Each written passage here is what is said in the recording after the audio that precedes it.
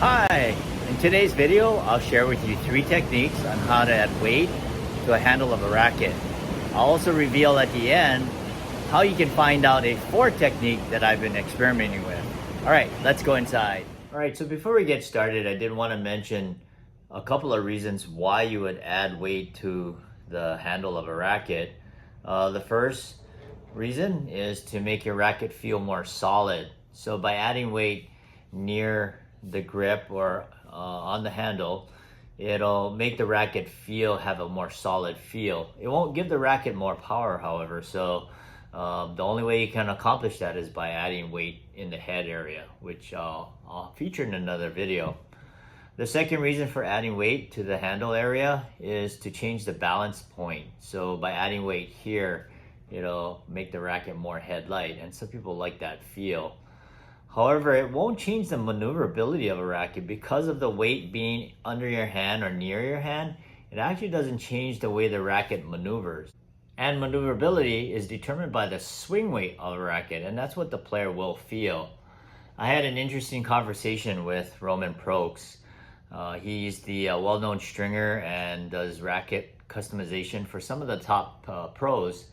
And he was here in Hawaii stringing for the Davis Cup, and I was also stringing.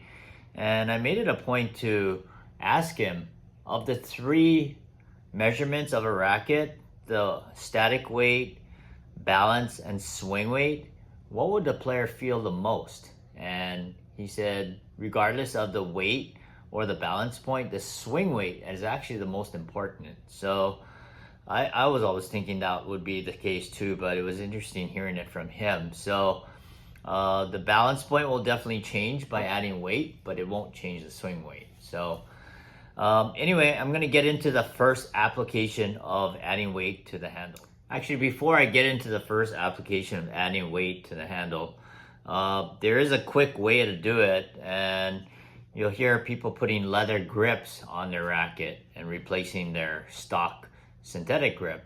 A leather grip does weigh a little heavier, so if you put that on a scale, of course all grips are not the same, but this is coming in at 23 grams and the synthetic grip is about 13, so it is 10 grams heavier if you go with a leather grip. So that would be a quick fix. The only thing about a leather grip is that it is pretty hard, and if you like feeling the bevels and you don't mind that hardness, then this would be a quick fix if you want to just add a matter of 10 grams.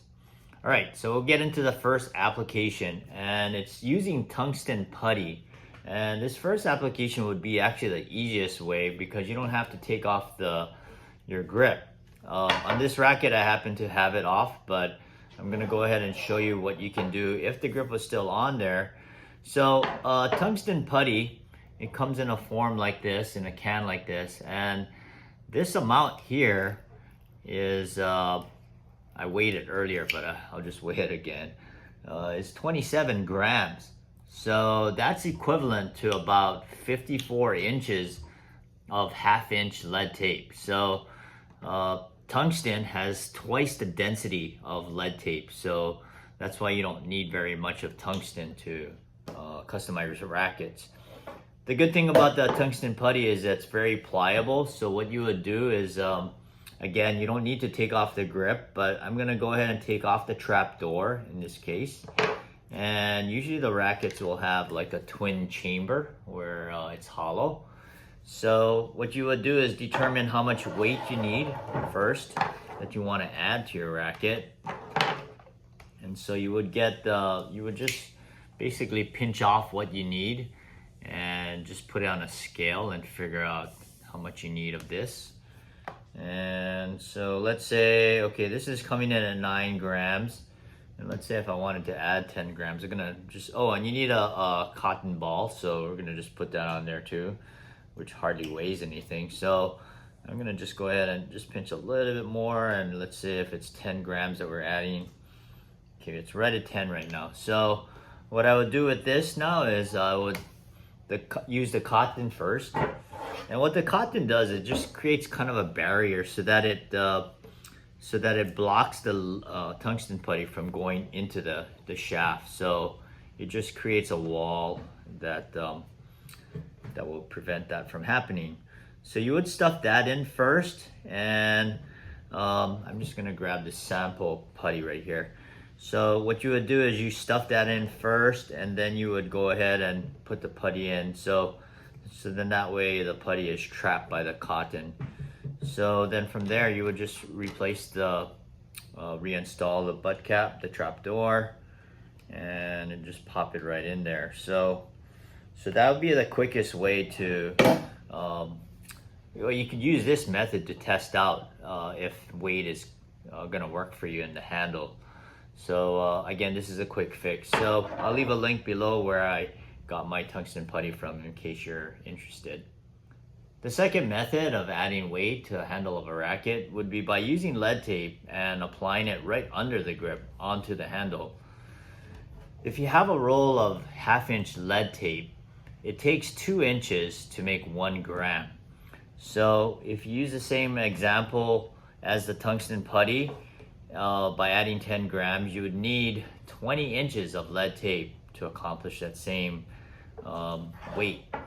So in this example here, what I did is I already applied some lead tape, but if you're applying it onto the handle, I would recommend just applying it to the 4 main bevels, meaning that it's at 12, 3, 6, and 9.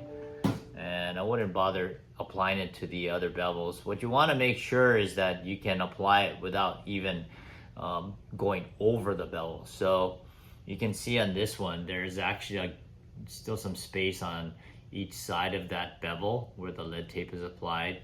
On this one, it happens to match up exactly to the bevel. So what you want to do is just make sure that none of the bevels are actually covered by lead tape, because that'll round off the edges.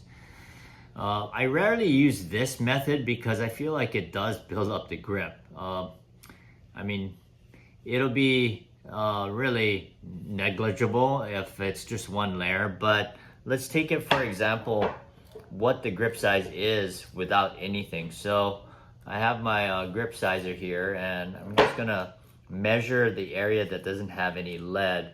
So right now it's measuring a little bit under 3 7/8, just slightly under. And what I did is on this portion of the grip, I only have 1 layer. So I'm gonna go ahead and measure that area. And again, I'll show you how I applied the lead in a little while, but okay, so this is coming out right at 3 7/8. So it is there's a slight difference. And then on this section of the grip, I actually added another layer, and that layer is on all 4 sides. So I'll go ahead and measure that. And that's coming out a little bit over 3 7/8. So there would be a difference of about 1/16 of an inch if you went with 2 layers. So let's say if you did want to add just 10 grams though, the way I did it is I measured off 5 inches, and what you're gonna do is you're gonna have 4 of those pieces. So I went ahead and measured it, cut it, and then after I applied it onto the grip, I used my roller. I featured this in another video, and I'll provide the link below. And basically you're just gonna roll it down there as best as you can so that it lies flat. And then that way it will stay there and be less noticeable. And again, if you're just doing 10 grams with 1 layer, you're looking at maybe 1/32 of an inch in increase of size. But when you get into 2 layers, then you're looking at about 1/16 of an inch. So let's say if you did want to add 20 grams to the handle, in the next application, I'll show you how I typically would do that to my own rackets. The third application is by adding lead tape to the top of the handle. I'll be taking off my grip so you can see that. But I did want to mention that whenever I spec anybody's racket out, I always do it unstrung, because depending on the type of string, the gauge, it will affect the overall swing weight and the weight. So I always make sure that I do it unstrung. So this is actually my frame, and my specs are in weight 320, and the swing weight I like it at 310. So what I did was I I had to weigh the grips to make sure I factor that in. But after I did that, then I figured out how much lead tape I need to add on top of that. So what I did on this grip though, I took off the original grip. What I did on this grip is that I wrapped it with a custom overgrip wrap. And it was a video that I did previously, so I'll provide that link if you're interested. But basically I took off that original grip and I used 3 overwraps. So in the end, it actually makes the grip turn out to be the same size. But what's good about that is that I can replace that top layer every time and not have to worry about it building up the grip by one size.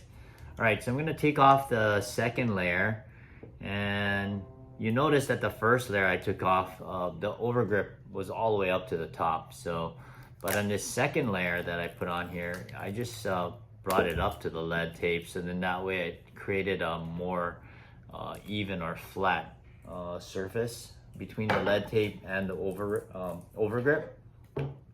So I'm gonna go ahead and take off the second layer here, just so you can see what I did. And now you can see the first layer that's under there. I used a slightly thinner one because I wanted to make sure that I kept the grip a little bit smaller, on the smaller side. So I'll go ahead and take this off too so you can see the lead tape a little bit more clearly. So yeah, this is that first layer right here.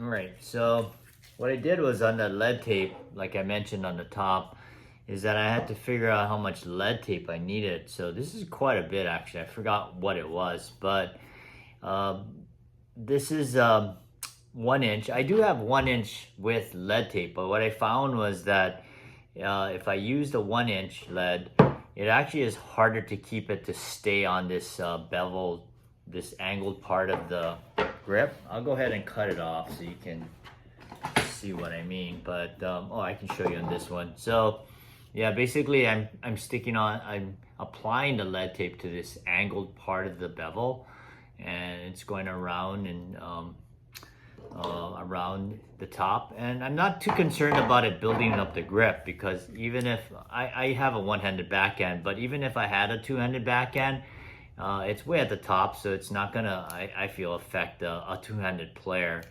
So having it up here actually does not increase the swing weight and allows me to add a lot of weight. So I believe I added over 20 grams. That's what that is there. So I'll go ahead and, yeah, I'll go ahead and cut it off and we'll see what that is. So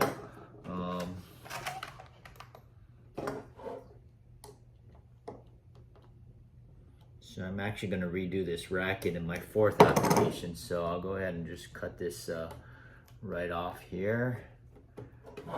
And actually, I want to take the swing weight before I take this off, because when I do the 4th application, I am going to use silicone. So I just want to make sure I can match the specs with this lead tape still on here. So I'm just going to put this over here real quick and to make sure I record this for that. So